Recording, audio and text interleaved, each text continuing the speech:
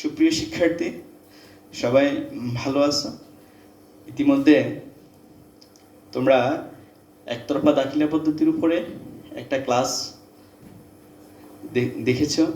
সেখানে আমরা একেবারে প্রাথমিক বিষয়গুলি আলোচনা করেছিলাম যে একতরফা দাখিলা পদ্ধতি কি এবং সেটা কারা রাখে, সেটাকে কেন অসম্পূর্ণ হিসাব পদ্ধতি বলা হয়। সেখানে যে হিসাব খাতগুলি রাখা হয় না সেটা হলো আয় এবং ব্যয়ের যে নামিক হিসাব খাতগুলি আছে, সেই নামিক হিসাব খাতগুলি সেখানে রাখা হয় না বিদায় সেটাকে অসম্পূর্ণ হিসাব পদ্ধতি বলা হয়।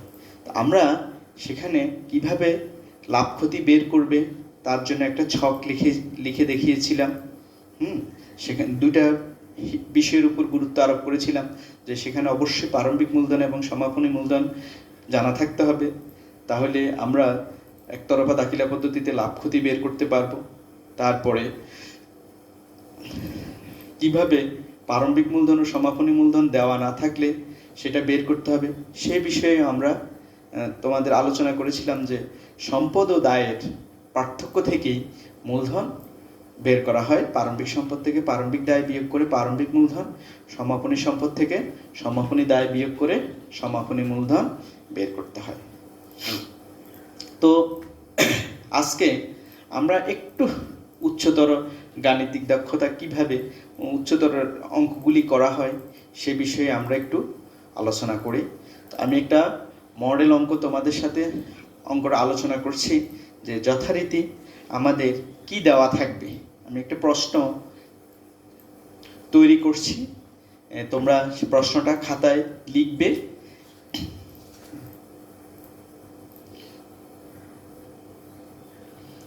জনাব রহমানের 2019 সালের সম্পদ ও দায়সমূহ নিম্নরূপ।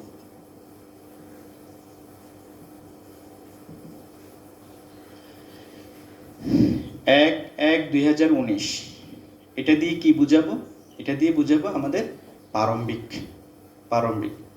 31/12/19 এটা দিয়ে কি বুঝাবো? সমাপন। তো কি কি হিসাব এখানে আছে আমরা দেখছি। যথারীতি নগদ, দেনাদার, অগ্রিম খরচ, মজুত পণ্য, আসবাবপত্র, পাওনাদার।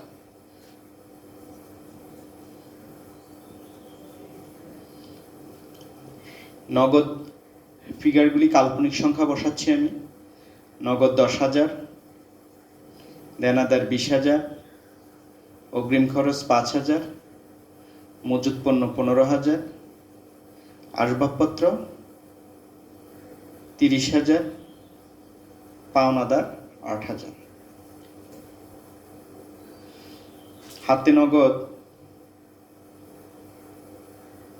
5,000, ক্রেডিট, দেনাদার 25,000, অগ্রিম খরচ 2,000,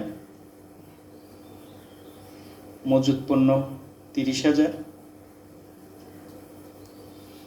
আসবাবপত্র হাইফেন পাওনাদার 6,000।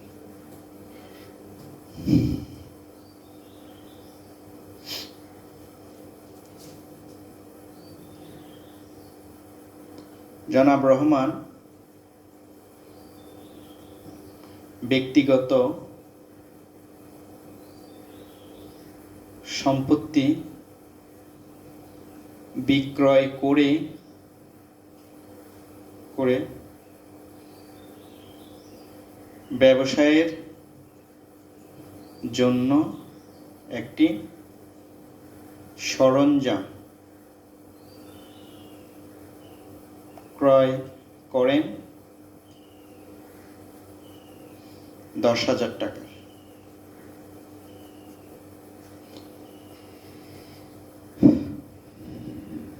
প্রতি মাসে নগদ উত্তোলনের পরিমাণ 1000 টাকা।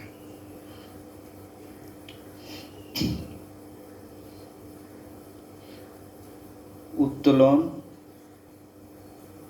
ও মূলধনের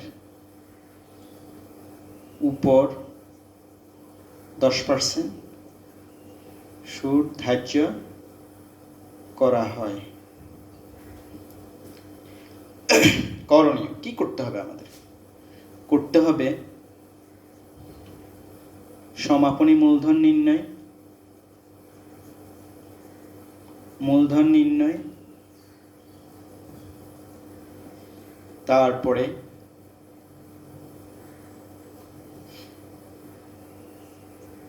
দুই নাম্বার লাভ ক্ষতি বিবরণী, 3 নাম্বার বৈশ্বিক বিবরণী। এই হলো আমাদের প্রশ্ন, যা আমরা নিজেরা তৈরি করেছিলাম। প্রশ্নটা আমি রিপিট করছি, তোমরা প্রশ্নটা খাতায় তুলে রাখবে, কারণ অঙ্ক যখন আমরা করা শুরু করব প্রশ্নটা মুছে ফেলার প্রয়োজন হতে পারে। আমি প্রশ্নটা পড়ছি। জনাব রহমানের 2019 সালে সম্পদ ও দায় সমূহ নিম্নরূপ: 1/1/2019 নগদ 10,000, দেনাদার 20,000, অগ্রিম খরচ 5,000, মজুত পণ্য 15,000, আসবাবপত্র 30,000, পাওনাদার 8,000। 31/12/2019 নগদ 5,000 টাকা, সেটা ক্রেডিট, দেনাদার 25,000 টাকা, অগ্রিম খরচ 2,000 টাকা, মজুত পণ্য 10,000 এবং আসবাবপত্র ফিগারটা উল্লেখ করা নাই, পাওনাদার 6,000 টাকা। জনাব রহমান ব্যক্তিগত সম্পদ বিক্রি করে ব্যবসায়ের জন্য একটি সরঞ্জাম ক্রয় করেন। কত টাকা? 10,000 টাকা। প্রতি মাসে নগদ উত্তোলনের পরিমাণ 1,000 টাকা। উত্তোলন ও মূলধনের উপর 10% সুদ ধার্য করা হয়। আমাদেরকে কি করতে হবে? আমাদেরকে সমাপনী মূলধন নির্ণয় করতে হবে এবং লাভ ক্ষতি বিবরণী করতে হবে ও বৈশ্বিক বিবরণী করতে হবে। তো আমরা প্রথমেই যেটা আসো সেটা হলো সমাপনী মূলধন নির্ণয়। যদিও এখানে সমাপনী মূলধন নির্ণয় করতে বলেছে, কিন্তু আমাদের সমাপনী মূলধনের পাশাপাশি আমাদেরকে প্রারম্ভিক মূলধনও বের করতে হবে, কারণ প্রারম্ভিক মূলধন এবং সমাপনী মূলধন দুটিই আমার লাভ ক্ষতি বিবরণী তৈরি করতে প্রয়োজন হবে। তা আমরা যথারীতি আগের মতো প্রারম্ভিক ও সমাপনী মূলধন, এখানে সমাপনী মূলধন বললেও আমাকে প্রারম্ভিক এবং সমাপনী দুটি মূলধনে বের করতে হবে।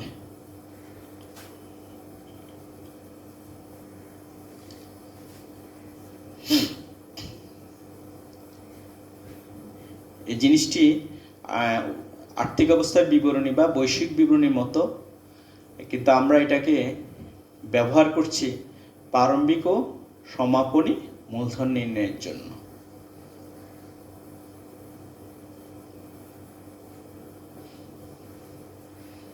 এদিকে দায়, এদিকে মূলধন, এটা সম্পত্তি, এটা প্রারম্ভিক যথারীতি, অথবা আমরা ডেট উল্লেখ করতে পারি 1/1/19, 31/12/19, 1/1/19, 31/12/19।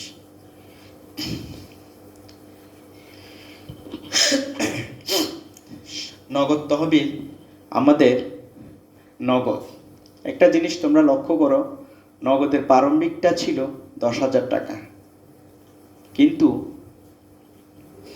সমাপনী যে নগদ সেটা কিন্তু নগদ তহবিল নয়, সেটা কিন্তু ক্রেডিট ব্যালেন্স। তাহলে সেটা হয়ে যাবে কি? আসলে জমা অতিরিক্ত। নগদটা মূলত আমি এখানে নগদের সাথে নগদ ও ব্যাংক শব্দটা লাগাই দিচ্ছি, কারণ শুধু নগদ অর্থ ক্রেডিট হয় না, শুধু নগদ ক্রেডিট হয় না। তা আমরা এটাকে কি করলাম? নগদ ও ব্যাংক করলাম, নগদ ও ব্যাংক করে দিলাম। তা আমাদের নগদ ও ব্যাংক, এটা নগদ ও ব্যাংক এখানে 10,000 টাকা, আর এখানে নগদ ও ব্যাংক এটা যেহেতু ক্রেডিট ব্যালেন্স, এটা জমা অতিরিক্ত 5,000 টাকা এখানে আসবে। এরপরে যেটা নগদ ও ব্যাংক একসাথে, এটা ডেবিট ব্যালেন্স, সেজন্য সম্পদ পাশে লিখেছি, কিন্তু সমাপনীটা আমার ক্রেডিট, অর্থাৎ ব্যাংক জমা অতিরিক্ত, যেটা ব্যাংক জমা অতিরিক্ত, সেজন্য সেটা দায়ের পাশে লিখেছি। এবার আসো দেনাদার, 20,000, 25,000, অগ্রিম খরচ 5,000, 2,000, মজুদ পণ্য 15,000, 30,000,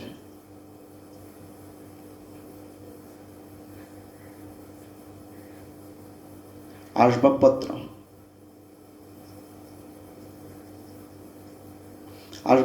30,000 প্রারম্ভিক, সমাপনীতে কোনো টাকা উল্লেখ করা নাই, যেহেতু এটি স্থায়ী সম্পদ। স্থায়ী সম্পদ সাধারণত সারা বছরে এটি পরিবর্তন হয় না, তো স্থায়ী সম্পদে প্রারম্ভিকে যে সংখ্যাটি দেওয়া থাকে সেটাই সমাপনী হিসেবে ধরে নিতে হবে। তাহলে আমরা এখানে লিখলাম 30,000। হ্যাঁ, এই জিনিসটা শুধুমাত্র স্থায়ী সম্পদ এবং দীর্ঘমেয়াদী দায়ের জন্যই প্রযোজ্য, যে প্রারম্ভিক ফিগার থাকলে সমাপনীতে না থাকলে প্রারম্ভিক ফিগারটা সমাপনীতে যাবে।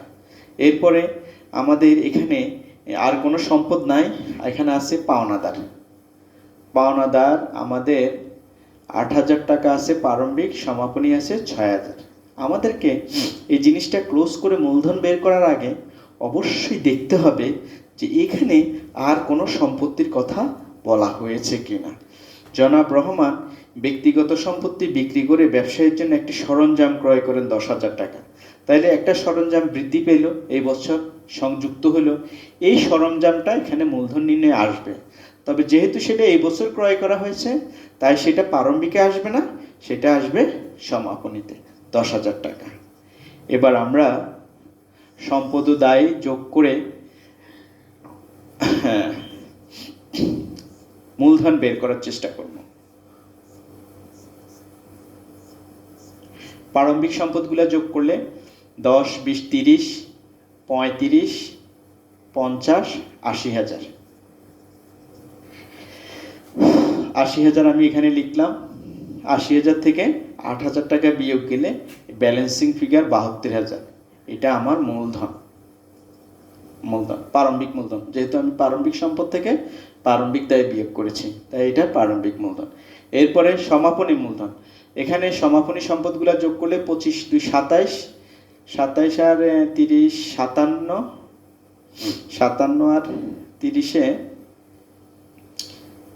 87, 97,000,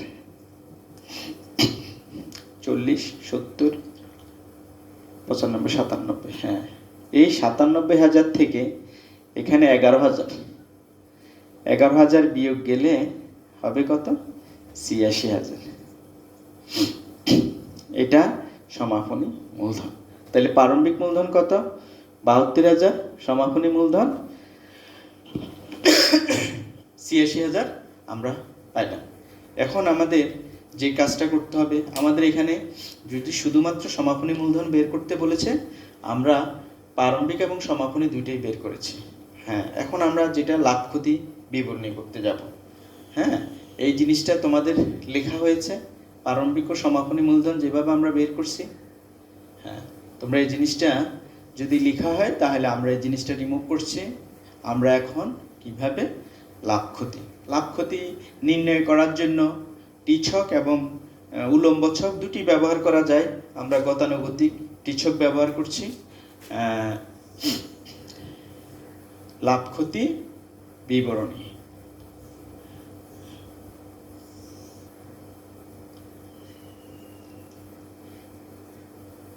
আমরা হিসাব শব্দটির পরিবর্তে এখানে বিবরণী শব্দটি ব্যবহার করছি।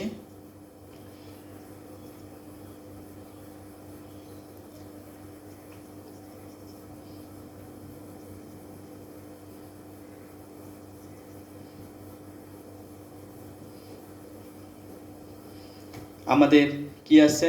প্রারম্ভিক মূলধন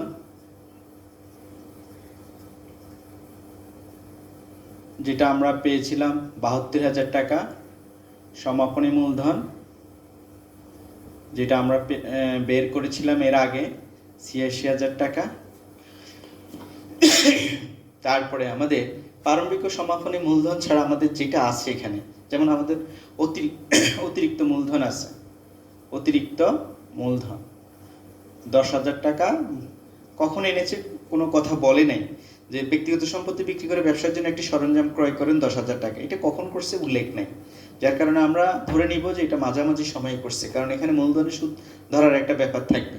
অতিরিক্ত মূলধন এবং উত্তোলন শুধুমাত্র নগদ উত্তোলন আছে যেটা মাসে ১,০০০ করে, মাসে যদি ১,০০০ টাকা উত্তোলন করে, কখন উত্তোলন করছে তাও বলে নাই, আমরা ধরে নিব মাসের মাঝামাঝি উত্তোলন করছে, যেটা ১২ মাসে ১২,০০০ টাকা হবে।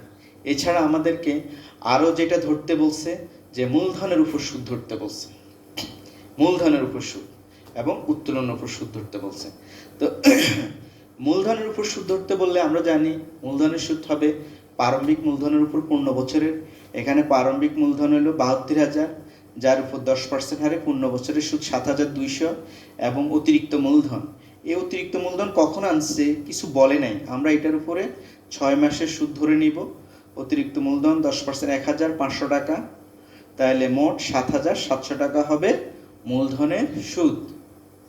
তোমরা লক্ষ্য করো কিভাবে আমি মূলধনের সুদ বের করলাম ৭,৭০০ টাকা, প্রারম্ভিক মূলধনের উপর পূর্ণ বছরের সুদ ধরলাম যেটা ৭,২০০ টাকা, এবং অতিরিক্ত মূলধন কখন আনছে উল্লেখ করা নাই, এই জন্য আমি বছরের মাঝামাঝি ধরে সেটার উপর 6 মাসের সুদ ৫০০ টাকা বের করলাম। তো টোটাল মূলধনের সুদ ৭,৭০০ টাকা লিখলাম। তো এরপরে এটা আমি মুছছি। এখন আমাদেরকে আরেকটা জিনিস বের করতে বলছে, সেটা হলো উত্তোলনের উপর সুদ ধরতে বলছে। উত্তোলনের উপরে কত? 10% সুদ। উত্তোলনটা মাসে মাসে উত্তোলন করছে, তো আমরা মাসে মাসে, কিন্তু মাসের প্রথম তারিখে না মাঝামাঝি না শেষ তারিখে সেই কথাটা উল্লেখ করা হয়নি। আমি ধরে নিলাম যে উত্তোলনটা মাসের মাঝামাঝি সময়ে করা হয়েছে। তা আমরা জানি মাসের মাঝামাঝি সময়ে যদি উত্তোলন করে সেক্ষেত্রে উত্তোলনের সুদ কিভাবে নিরূপিত হয়? মাসিক উত্তোলন যার পরিমাণ ১,০০০ গুণ সুদের হার যেটা 10% গুণ মাসের মাঝামাঝি হইলে 12 ডিভাইডেড বাই 2 গুণ 100। এই 100টা মূলত পার্সেন্টেজের জন্য, 10%-এর জন্য। তো আমরা এটা উত্তোলনের সুদের পরিমাণ কত হয় দেখি। এটা 6, তাহলে 10 10 100 600, উত্তোলনের সুদ 600 টাকা। মাসিক উত্তোলন গুণ সুদের হার গুণ 12 ডিভাইডেড বাই 2 গুণ 100, দুইটা শূন্য কাটা গেল, 6 দুগুণে 12, 10 10 100 600 উত্তোলনের সুদ। তোমরা উত্তোলনের সুদ বের করার সূত্রটা একটু মনে রাখবে। আমি বলছি উত্তোলনের সুদ মাসিক উত্তোলন গুণ সুদের হার যেটা এখানে ছিল 10% গুণ 12। কখন 12 হবে? মাসের মাঝামাঝি সময় উত্তোলন করলে 12, মাসের শুরুতে উত্তোলন করলে 13 এবং মাসের শেষ তারিখে উত্তোলন করলে এটা 11 হবে, ডিভাইডেড বাই 2 গুণ 100। তো এখানে উত্তোলনের সুদের পরিমাণ পেলাম আমরা 600। এমন আমাদের আর কোনো এন্ট্রি বাদ দেখছি না আমরা। তাহলে কোন পাসটা বড় হতে পারে আমরা একটু দেখি। যদি ক্রেডিট পাস বড় হলে আমাদের লাভ হবে, ডেবিট পাস বড় হলে ক্ষতি হবে। আমরা একটু দেখি এখানে ৮৬,০০০ আর ১২,০০০, ৯৮,৬০০, এখানে ৮২,০০০। আমাদের ক্রেডিট পাসটাই বড় হচ্ছে। ক্রেডিট পাসটা বড় হলে ৯৮,৬০০, যথারীতি এখানে ৯৮,৬০০, সেখান থেকে এটা বিয়োগ গেলে ৮২,০০০,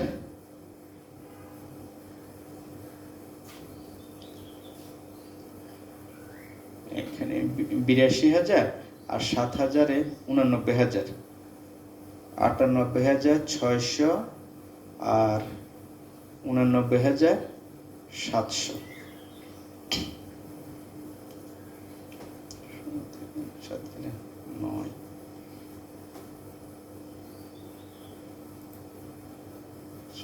এখানে আছে 7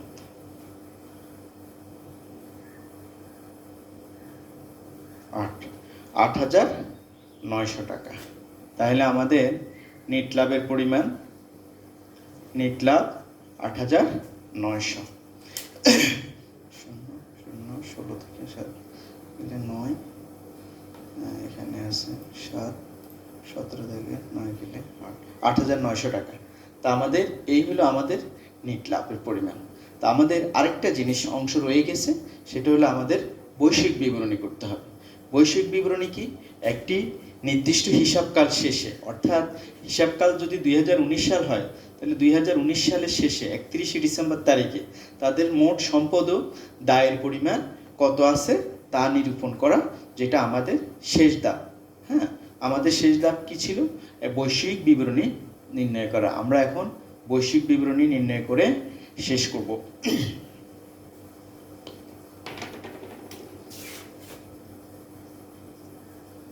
বৈষয়িক বিবরণী অথবা বিবৃতি, হোয়াট এভার ইউ সে, এটা একটা নির্দিষ্ট তারিখ। সেই তারিখটা কত ছিল আমাদের?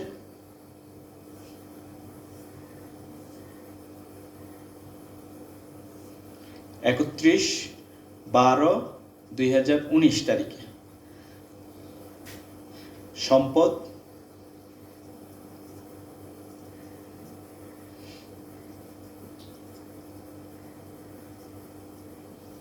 এখানে সম্পত্তি, কোন সম্পত্তিগুলো আসবে? সমাপনী সম্পত্তিগুলো। সমাপনী সম্পদের মধ্যে আমাদের নগদ ও ব্যাংক সমাপনী নাই। আমাদের দেনাদার আছে সমাপনী, সেটা ছিল 25,000 টাকা। অগ্রিম খরচ ছিল 2,000 টাকা, আর মজুদ পণ্য ছিল 30,000, আসবাবপত্র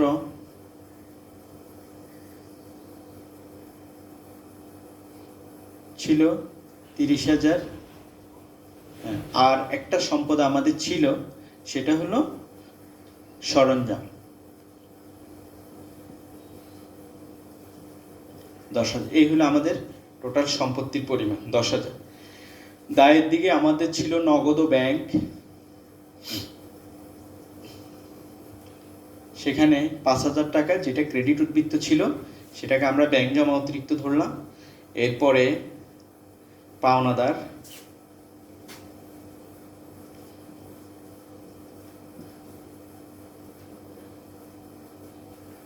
ছিল 6,000। হ্যাঁ, আর আমাদের আর আছে মূলধন। মূলধন বলতে কোন মূলধন লিখতে হবে? মূলধন বলতে প্রারম্ভিক মূলধন। আমাদের প্রারম্ভিক মূলধন কত বের করেছিলাম আমরা? 30, 35, 50, 80, 72,000 টাকা। প্রারম্ভিক মূলধনের সাথে যোগ হবে অতিরিক্ত মূলধন, যেটা ছিল 10,000, টোটাল 82,000। তার সাথে আমাদের যোগ হবে মূলধনের সুদ। মূলধনের সুদ ছিল আমাদের 7,700।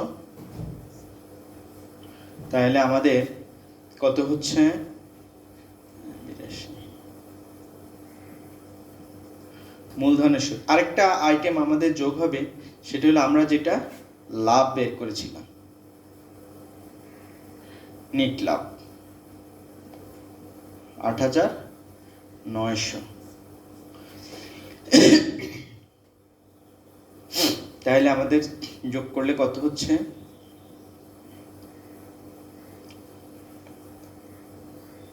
98,600।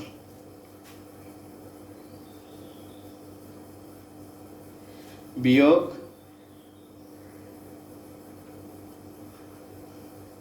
উত্তোলন 12,000। 12,000 বিয়োগ করলে আমাদের 86,600 বিয়োগ উত্তোলনের সুদ, যেটা বের হচ্ছে 600। আমাদের ৮৬,০০০। এই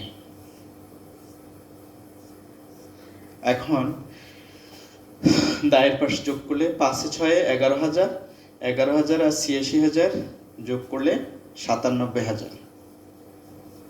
আর এইদিকে আমাদের ২৫-২ ২৭, ২৭-৫ ৮৭, ৯৭,০০০।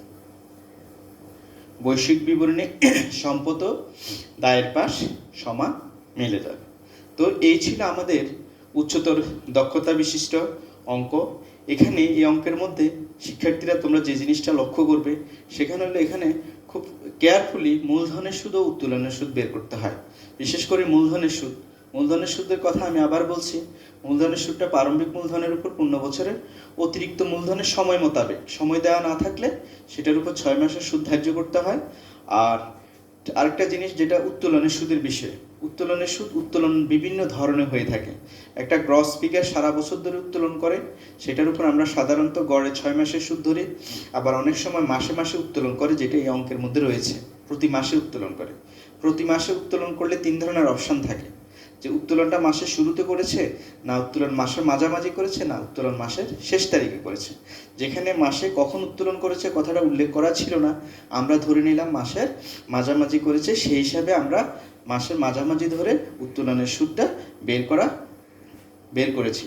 তো তোমাদের যে জিনিসটা বিশেষ গুরুত্ব দিতে হবে সেটা হলো কিভাবে উত্তোলনের সুদ বের করতে হয়। একতরফা দাখিলা পদ্ধতি অঙ্ক সমাধান, উচ্চতর দক্ষতার অঙ্ক সমাধান করতে হলে প্রায়শ যে বিষয়গুলির উপর নজর দিতে হবে, উত্তোলনের সুদ কিভাবে নিরূপণ করবে, মূলধনের সুদ কিভাবে নিরূপণ করতে হবে, এবং বিশেষভাবে স্থায়ী সম্পদগুলির অবচয়।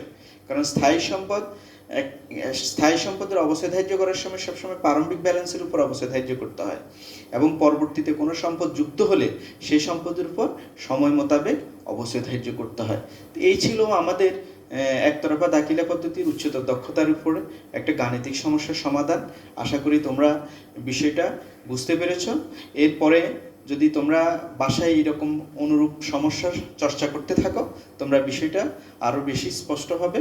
এবং এরপরেও যদি তোমাদের কোনো সমস্যা থেকে থাকে, পরবর্তীতে যখন তোমাদের সাথে আমাদের ক্লাসে দেখা হবে তখন আমরা সেই বিষয়ে আরও বিস্তারিত আলোচনা করব।